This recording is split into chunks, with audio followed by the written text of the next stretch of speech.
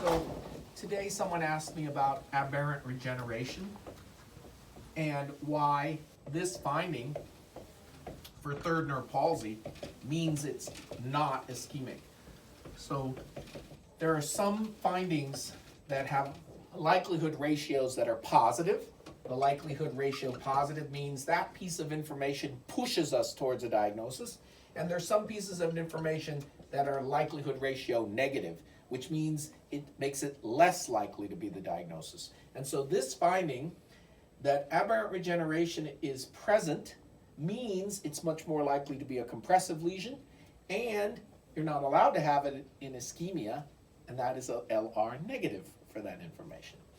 But the question today is why? What is the mechanism for this?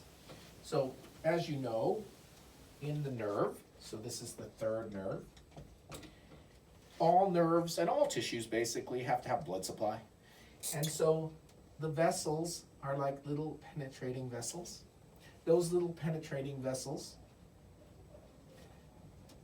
are vaso to the nerve.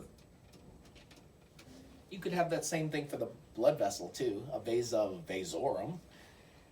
And you notice that in the third nerve, the little penetrating vessels go to the substance of the nerve. And so if you have small vessel disease, you'll get a localized infarct, but it'll be in the middle of the nerve. As opposed to a compressive lesion, which is on the outside. And so it doesn't matter whether this is a tumor or for third nerve, the thing we're worried about, of course, is posterior communicating artery aneurysm. That compressive lesion is going to press on the outside of the nerve. And the outside of the nerve is where the pupil fiber is.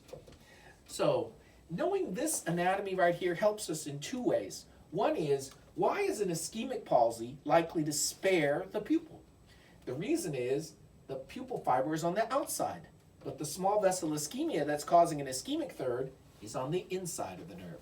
And so it spares the pupil. So ischemic palsies tend to spare the pupil. But the other way that it helps us is, in order to get aberrant regeneration, you have to disrupt the train track. So the train has to be pushed off of its track. And that's why compressive lesions cause pupil involvement, but also it disrupts the track. In a vasonervorum small vessel ischemia to the third, the train track, the third nerve, is never disrupted. And therefore, when the regeneration occurs, it's just normal regeneration. So when an ischemic third recovers, it just goes right back to where it was supposed to go. The nerve fibers just stay on the same train track. Versus compressive lesions like aneurysms, which push the track, when you regrow, you might regrow to the wrong place. And that is called aberrant regeneration. And we just don't see it in ischemia, but you need to know a little bit about vasonervorum to answer these kinds of questions.